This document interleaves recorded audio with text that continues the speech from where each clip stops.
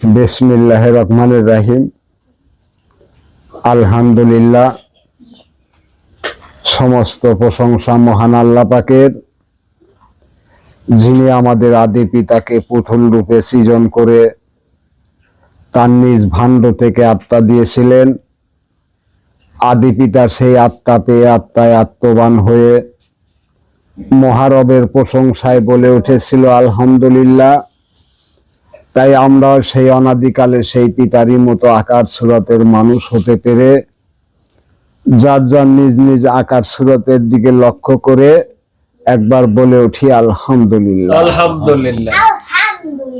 অতঃপর যে নবীন নবুয়তে আমরা এসে হাজির হয়েছি, তিনি হলেন বিশ্ব নবী, সকল নবীন নবী, সকল কুল মাকলুকাতের নবী এবং এই ইসলাম ধর্মের প্রচারকারী এবং প্রতিষ্ঠাকারী সেই নবীর শানে একবার খাস দরুদ শরীফ পাঠ করি। আল্লাহুম্মা সাল্লি আলা সাইয়্যিদিনা মাওলানা মুহাম্মাদ ওয়াসিলাতি ইলাইকা ওয়ালিয়াসসালাম। উপস্থিত আমার প্রাণপ্রিয় মুর্শিদ এবং দ্বীন যুগের হেদায়েতে ভাই ও বোনেরা এবং এই জালসার মধ্যমণি আমার জাহাঙ্গীর ভাই, তার মাধ্যমে সারা বিশ্বের মানব জাতিকে জানাই সালাম, আসসালামু আলাইকুম। আজ সোমবার, প্রতি সোমবারের নেই আমার মুর্শিদের উদ্যোগে এই অনুষ্ঠান হতো। আজও আমরা সেই অনুষ্ঠান করতে চলেছি। সেই অনুষ্ঠান থেকে আমরা মূল মুর্শিদের যে সত্যগুলো, সে কথাগুলোই আমরা জানানোর চেষ্টা করি।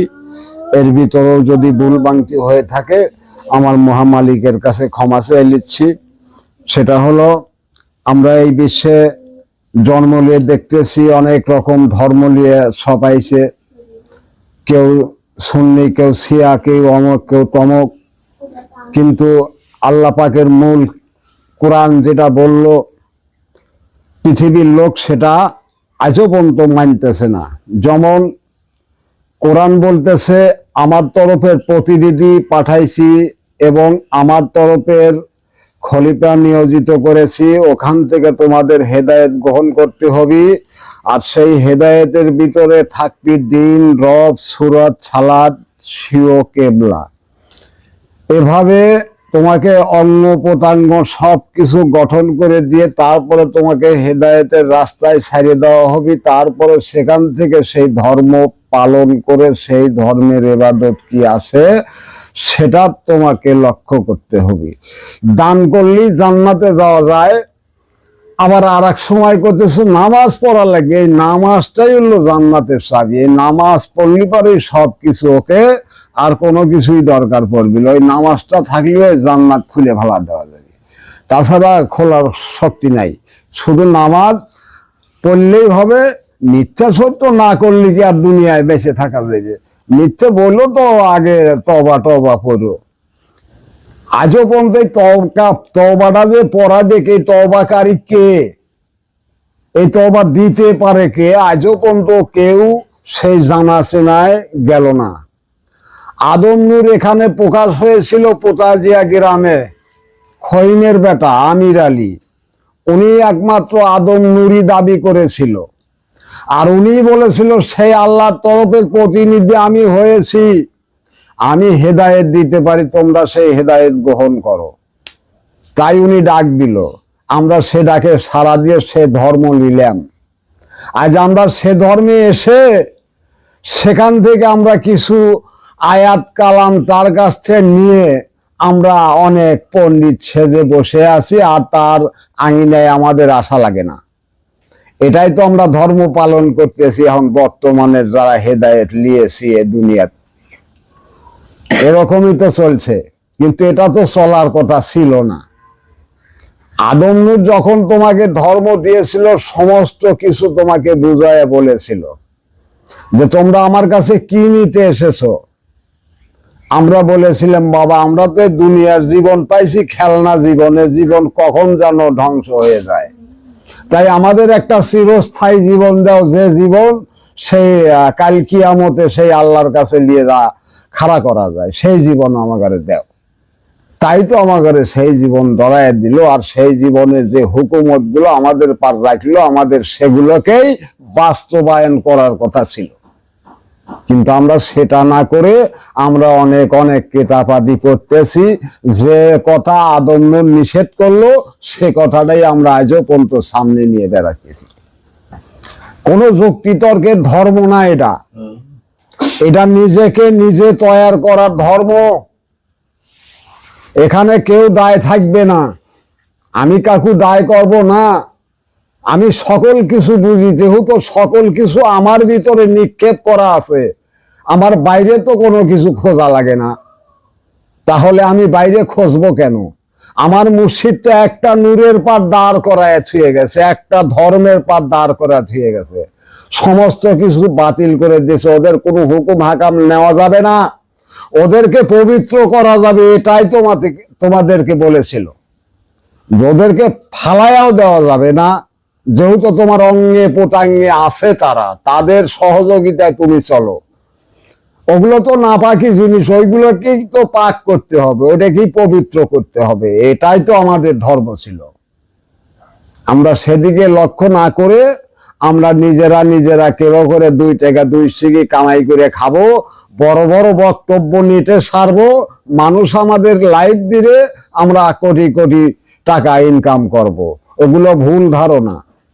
বিশ্বের মানব যদি জানে যে মূল শিকড়টা কোথায় রয়ে গেল, তাহলে ঠিক মতো সেই মূল শিকড়ের কাছে আসেই তারা সেই গাছের থেকে সেই বীজ নিয়ে তাদের জীবন ব্যবস্থা করাবে। আর সেটা হলো মূল মুর্শিদ, যাকে খলিফা হিসাবে রেখে গেছে দুনিয়ার উপরে, সে হলো জাহাঙ্গীর। আর দ্বিতীয় কেউ এই পৃথিবীতে আসবে না। আল্লাহ পাকের খলিফা আদম নূরি, আর আদম নূরির খলিফা জাহাঙ্গীর আলম। এই পৃথিবীতে একটাই থাকবে, আর কেউ থাকবে না, যত বড় পণ্ডিত কেন না হও তুমি। তার কারণ ওটা আল্লাহর হুকুম। উনি আল্লাহকে সাধন করেছিল, উনি আল্লাহর জ্ঞানে জ্ঞানী ছিল, তাই আল্লাহর থেকে জ্ঞান তোমাদেরকেও দিয়েছিল। উনি একটাও অন্যায় দেয় নাই, সবকিছু ন্যায় দিয়েছিল। তুমি তো অন্যায় করে বসেছো। দেখো তোমার নিজের বিভাগের দিকে লক্ষ্য করে, যে আমি কোথায় ছিলাম আর এখন আমি কোথায় এসেছি। আদম নূরের দর্শন কি আর তুমি দেখতে পারো? আমার তো মনে হয় না তুমি আদম নূরের দর্শন দেখতে পারো, কখনোই না। আদম নূরের হুকুম তুমি রাখতে পারো নাই, তাই তোমার ওই দর্শনে আর যাবে না, এটাই জেনে রাখো। আর গেলে পারো কি দিয়ে আসে সেদিন তুমি দেখো, সেদিন তুমি দেখো যে আমার দর্শনে আজকে কি আমাকে দিয়েছে আমার মুর্শিদ, সেদিন তুমি আর বিচার তুমিই করো। তাহলে সেখান থেকে ফিরে আসো, আসে এখনো সেই দিনে আসো যেদিন আদম নূর তোমাকে রচনা করে দিয়েছে। সেই দিন দ্বারা দেখে সেই দিনের ভিতরে কি কর্মগুলো আছে ওইগুলো আগে সঠিক করো। আজ তো হুকুম ছিল তোমাদের এই পোতা দিয়াবাসীর উপরে, আজকে আদম নূরের জালসা না? তোমরা কোথায় আছো? কাকে খারাপ বলো? নিজের হুশ তো এখনো ফেরে নাই, যে কারণেই তো আর একজনে খারাপ বলতে পারো। তাই খারাপ না ভাবে না বলে, ওই যে আদম নূরের হুকুম যেখানে, আল্লাহর হুকুম যেখানে, সেখানে স্যালেন্ডার করো যে আমরা অতীতে ভুল করছি ভাই, আমাদেরকে ক্ষমা করে এলো, আমরা আবার যেভাবে ছিলাম আমরা সেভাবে আবার সেই আদম নূরের দিনগুলো চালাইতে থাকি। তাহলে তোমার কার্যকারিতায় আসবে। ওসব বাদ দাও, বাদ দিয়ে আবার সেই জায়গায় এসে পৌঁছিয়ে যাও। তাহলে তোমার দিন থাকবে, রব থাকবে, সুরাত থাকবে, সালাদ থাকবে, আদম নূরের হুকুম তোমার পারে শিরোধার্য থাকবে, আবার তুমি আদম নূরের দর্শন দেখতে পারবে। ক্ষমা চাও ওখানে এসে। ওই পবিত্র মাটি না ঘষলে তুমি পবিত্র না। ওখানে তোমার আসতেই হবে, বছরে একবার, মাসে একবার, দিনে একবার আসতেই হবে। ওখানে আসে ওই পবিত্র আত্মা অপবিত্র আত্মা পবিত্র করো সেই পবিত্র আত্মার কাছে এসে, তাহলে পবিত্র হবে। সারা দিনের ভিতরে একটা না একটা ভুল হয়েই যায়। চলিত দুনিয়া তো নোংরা জায়গা, কখন আমি খারাপে পাও দিয়েছি আমার তো জ্ঞানে আসে নাই, তাই আমার পাও খারাপ থাকতে পারে। সে খারাপ পাও ভালো করার জায়গা ওই একটা জায়গায়, সেই আদম নূর যে জায়গা আছে সে জায়গা খসো, তাহলে তোমার ওই পবিত্র অপবিত্র পাওয়ার থাকবে না, পবিত্র হয়ে যাবে। ওটা পবিত্র স্থান। আর শয়তানকে তোমরা ত্যাগ করে তোমাদের স্থান পবিত্র বানানোর চেষ্টা করতেছ, ও স্থান অপবিত্র হয়ে যাবে। ও স্থান কখনোই পবিত্র হবে না। পবিত্র স্থান পবিত্রই থাকবে। অনুর আল্লাহ নূর, অনুর সবার ভিতরে দিয়ে গেছিল, তাই তোমরা রাখতে পারো নাই। জাগরের ভিতরে আছে ওরা, তারা বুঝতে পারবে সেই আদম নূর কি জিনিস ছিল, কি জিনিস ছিল উনি। তার উপর অঙ্ক দেখেছো, তার ভিতর অঙ্ক তো দেখো নাই, যে কারণে আজকে তোমরা বেধর্মী হয়ে গেছো। তার দিন দ্বারা দেখো, এখনো তাকে দেখা যায়, এখনো তাকে দেখা যায়। তার বক্তব্যগুলো যখন সারা দিনের ভিতরে আমাদের ভিতরে কল্পনা করে, তখন ওই দিনের ভিতরেই আমাদেরকে দেখায় যে দেখো আমি তোমাদেরকে কি কি বস্তু রেখে এসেছি যা বিশ্বের মানুষের কারো যোগ্যতা হয় নাই, কারো যোগ্যতা হয় নাই। 7-800 ভিডিও দেওয়া আছে, দেখো ওখানে লক্ষ্য করে যে আমি কি বলেছি আর বিশ্বের মানুষ কি বলেছে, আর তোমরা এখন তারই সন্তান হয় কি বলো। হেঁটে কোনো যুক্তিতর্ক তোমাদেরকে দিয়েছিল যে যুক্তিতর্ক করো? আদম নূরের সন্তানগণে দোষ দাও, তারা দুনিয়ায় অধিকার আছে যেটুক, তাদের অধিকার পূর্ণ করো, পূর্ণ করে তাদের সাথে মিলেমিশে চলো। তাদের কি আশা আছে সেই আশাগুলো পূর্ণ করো, তাহলে তোমার ধর্ম সঠিক থাকবে। আর তা না করে তাদের হিংসা নিন্দা করতেছ, তারা বাড়িঘর বেঁচে খাইতেছে, ওদের সম্পদ খাইতেছে। তোমাদের তো না, তোমাদের সম্পদ কি তারা বেঁচে খাইতেছে, তাদের সম্পদ তারা বেঁচে খাইতেছে। ওটা তোমাদের দেখার যোগ্যতা নাই, ওটা তোমাদের দেখার যোগ্যতা নাই। ওরা দুনিয়া হিসাবে তারা ওই মালিকানা সম্পদ তারা পায়, তাই তারা দাবি করে। তোমরা পারলে সেই দাবিটা পূর্ণ করো, করে তাদের সাথে মিলেমিশে সে জায়গাকে পবিত্র করো। তুমিও পবিত্র হও, ওই জায়গাটাও খুব পরিষ্কার করো। যে নোংরামি এখন চলতেছে সেই নোংরামির হাত থেকে রক্ষা করো। আমরা ওখান থেকে সরব না, আমাদেরকে কেউ সরাইতেও পারবে না, এটাই জেনে রাখো। যত বড় ঝড় তুফান কেন না আসে, আমরা ওখানেই যাব। আমাদের ওখানেই যদি মৃত্যু থাকে তো ওখানেই হয়ে যাবে। আমাদের যত ঝড় তুফান আসুক, আমরা ওই জায়গা ছাড়তে রাজি না। আদম নূরের পদতলি আমরা ছাড়তে রাজি না। আমরা থাকবো, আমরা দুনিয়ায় যতদিন বেঁচে থাকি আদম নূরের কথাবার্তা গুলোই বলে যাব। বিশ্বের মানব যদি মানুষ হতে চাও, তাহলে অবশ্যই পোতা দিয়ে আসো, আদম নূরের সন্তানের কাছে এসে হেদায়েত গ্রহণ করো। আগে তুমি ধর্ম গ্রহণ করো, পবিত্র হও, তারপরে সেই ধর্ম গ্রহণ করে সেই ধর্মের ধার্মিক হও। মিথ্যাচারিতা করো না। দান করলেই জান্নাত পাওয়া যায় না। তারা কিসের পারে মানানো তাই তো জানো না, এমান কে আনিয়ে দিবে তাও জানো না, এই এমান আল্লাহ কে তাও জানো না। আগে জানিয়ে লিও। একমাত্র আদম নূরই সেই সব কিছু জানে, অতীতেও জানে, বর্তমানেও জানে, ভবিষ্যতেও জানে। সব জানিয়ে শুনেই তোমাকে জানার ব্যবস্থা করে গেছে যে তোমাকে মানব করলে উদ্ধার হইতে হলে এইগুলো লাগবে। আর এগুলো আমার কাছে আছে, আমি যদি হুকুমত ভাবে তোমাদেরকে দেই তাহলে তোমার হবে, তাছাড়া নয়। তুমি বনি মানব, তোমার কোনো কিছুই নাই। আজারিয়া নামাজ পড়ো, তোমার কোরআনে হুকুম করে নাই নামাজ পড়ার লেগে। বনি মানবের কোনো নামাজ নাই। কোরআনের হেদায়েত গ্রহণ করলে তাহলে কোরআনের মানুষ হওয়া যায়। তালিকা তুমি ওই কোরআনের হুকুম হাকাম তোমার তার চিরদাহ্য। এখন তোমাকে কে হুকুম দিল যে আল্লাহর হুকুম? আল্লাহ কি না দিয়েছিল দুনিয়ার উপরে যে আল্লাহর হুকুম তোমরা পালন করো? বাণীটা তো আল্লাহর, নাজেল করলো নবীর মাধ্যমে। উনি কি মালিক বানাইছে যে তুমি এই কোরআনের মালিক? তা তো কয় নাই। যে কোরআনের মালিক যে আল্লাহ, হেতা ওই নবী ঘোষণা করছে যে আমার কোনো কিছু নেই, সব বাণী হলো আল্লাহর, আমি শুধু লেখক, আমি শুধু লিখতে পারি। এটার মালিকানা সত্য উনি একমাত্র আল্লাহ। আর সে আল্লাহ আদম হয়ে আসলো এই দুনিয়ার উপরে, স্বীয় প্রতিনিধি হিসাবে পাঠাইলো, তাও তোমাকে হুঁশে আসে না। আর সে আদম বলে দাবি একমাত্র মুর্শিদ আমিরই করেছিল, আর কেউ না।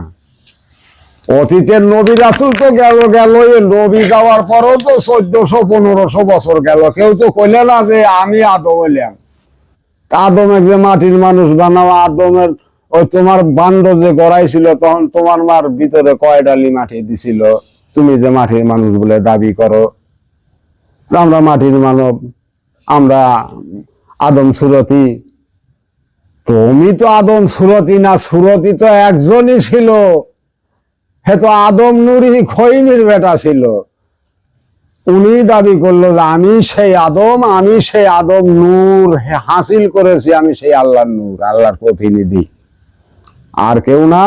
নামাজ যদি পড়ো তাহলে আগে এসে কোরআনের হেদায়েত গ্রহণ করো, গ্রহণ করে তোমাকে কি কি দেয় সেগুলো রক্ষা করো, রক্ষা করে তারপরে সেই নামাজে খাড়া হও, তাহলে তুমি তোমার নামাজ দেখতে পারবে, ওই নামাজে তোমাকেও দেখতে পারবে, তোমার আল্লাহ রাসূলকেও দেখতে পারবে। যতক্ষণ তুমি এই কোরআনের হেদায়েত গ্রহণ না করবে, কোন নবী রাসূলের হাতেও তোমার যোগাযোগ হবে না, কোন আল্লাহর অস্তিত্ব লাভ করতে পারবে না, ইহাই সত্য। অথচ তুমি যদি মানব কুল্লে মানব জীবন নিয়ে যে নবী কলো যে আদম সুরতি ছাড়া কেউ জান্নাতি না, এই কথাটাও তোমাদের মাথার ভিতরে এখনো আসতেছে না, তাহলে আদম সুরতি হতে হলে তো অবশ্যই আদম বীজই লাগবে। সে আদম বীজটা কি তাও তো জানো না। সে আদম কালেমা একমাত্র লা ইলাহা ইল্লাল্লাহ হযরত আদম সফিউল্লাহ, ওই কালেমা আগে গ্রহণ করো, ওই বীজ আগে তুমি তোমার ভিতরে রোপণ করো, তাহলে আদম জাতে আসতে পারবে। আর ওই জাতে যখন আসবে তখন তোমাকে ধর্ম দেওয়া হবে। কি দেওয়া হবে? দিন দেওয়া হবে, রব দেওয়া হবে, সুরাত দেওয়া হবে, সালাত দেওয়া হবে, সিও কেবলা তোমাকে ধরাইয়া দেওয়া হবে যে এইটাই সেই তোমার আল্লাহর রশি, একে যখনই ছাড়িয়ে দিবে তখনই তুমি জাহান্নামে নিক্ষেপ হবে, কেউ তোমাকে বাঁচাইতে পারবে না।